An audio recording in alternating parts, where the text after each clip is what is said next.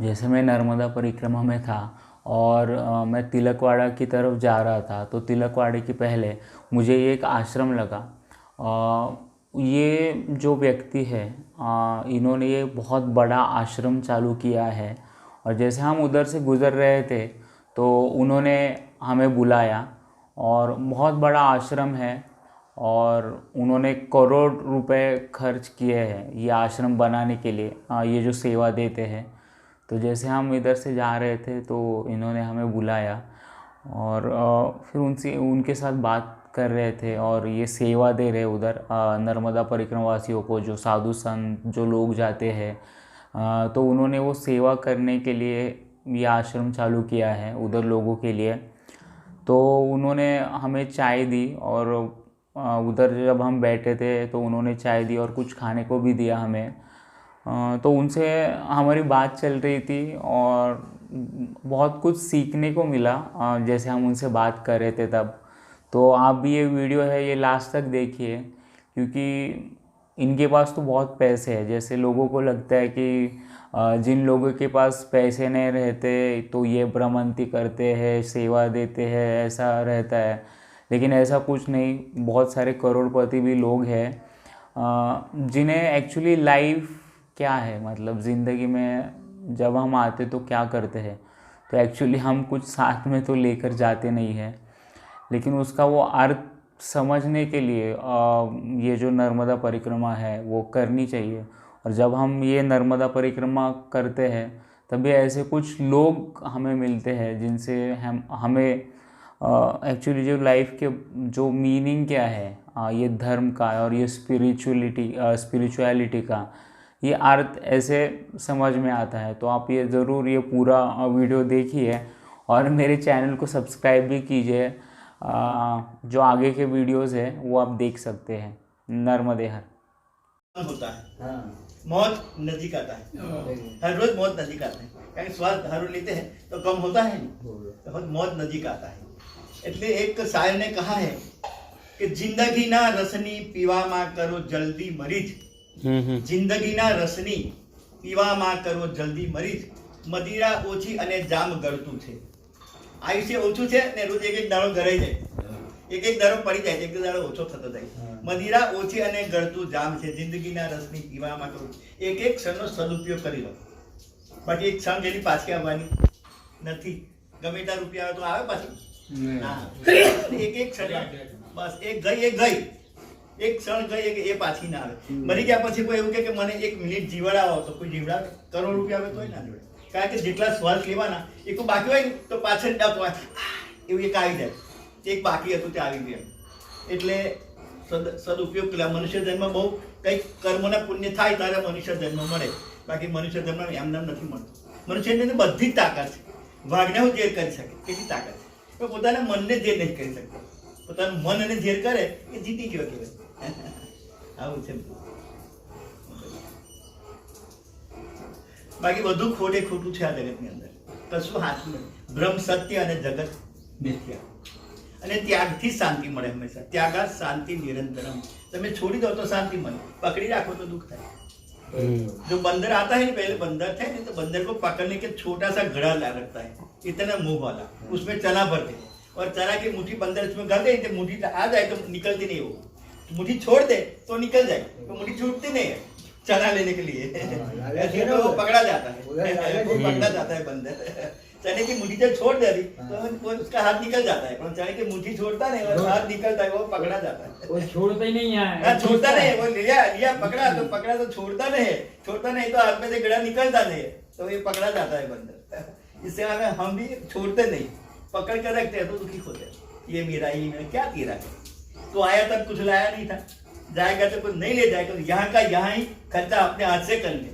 हमने इसलिए एक बनाया कि हमें नहीं खर्चा करेगा दूसरा करेगा, तो कोई दारू पिएगा, कोई दूसरा करेगा, तो हम हमारा खर्चा हमने अपनी जात से क्यों न कर ले। अरे माई देती है, माई बहुत देती है।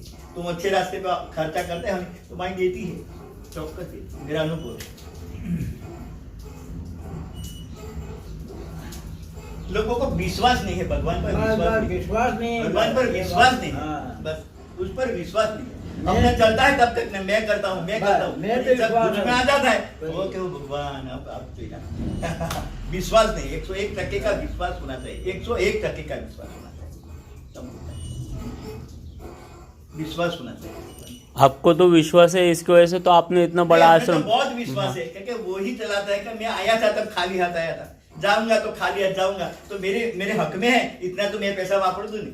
हाँ, मेरे हक में है यहाँ भी, मुझे जला रहा होता कोई ये पैसा का दूसरा उपयोग करेगा, कोई दारू पिएगा, कोई कुछ करेगा। वही ना, वो बुद्धि नहीं होती वो आदमी को। वो पास है, मेरे हक में है, तब मेरा कैसे करा, मेरा है तो मैं अच्छा खर्चा कर दूं, नहीं तो कोई दूसरा लड़का आएगा तो दारू पिएगा तो हम क्या करेंगे।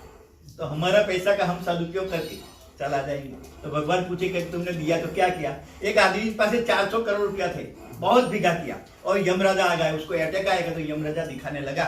यमराजा बोला कि चल अभी आधा कलाक है तेरे को, अब ये तो 400 रुपया खर्चा नहीं किया, हमें वापस रहना चाहिए, ये वापस रहना हमें, हमको नहीं मालूम, तेरा टाइम पूरा हो गया, बस आधा ही कलाक है तेरे, 400 करोड़ रुपया कहते मैं तो खर्चा ही नहीं किया, उपयोग नहीं किया है, तो बेगू कर बापूगा कैसे, अभी नहीं मुझे लेने का, नहीं तेरा टाइम हो गया, आधा कलाक है।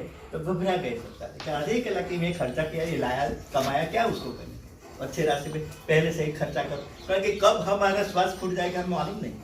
यहाँ से बाहर जाओ, छाती का दुखा होगा, अटैक आएगा खला से, अटैक बैठक तो बहाना है, उसका श्वास खत्म हो गया, ये तो एक बहाना, बाकी ना श्वास पूरा થઈ જાય એટલે જતું જ રહેવાનું। એક બગા हुआ एक ठोकर वागे मोड़ मरी जाए, एक बहाનું થઈ જાય, બાકી ના શ્વાસ પૂરા થાય खत्म। कलयुग में राम नाम आधारा, बस कलयुग में भगवान नाम જ સારું, બધે બાકી ખોટે ખોટું। આ મારું કશું મારું થયા નહીં, દીકરા દીકરી બધું સ્વાર્થનું હગું ચાલે કરે, આખું સ્વાર્થથી ભરેલું। अभी मैं दारू पिए तो मेरी घरवाली मुझे अच्छा कहेगी, नहीं, कमाता ना है तो कोई अच्छा कहेगी, कोई ना करेगी। सब स्वार्थ का कार्य है। मनुष्य जीवन ही ऐसा बहुत स्वार्थ से भरा हुआ बहुत स्वार्थ से, है। मालिक अच्छा हो।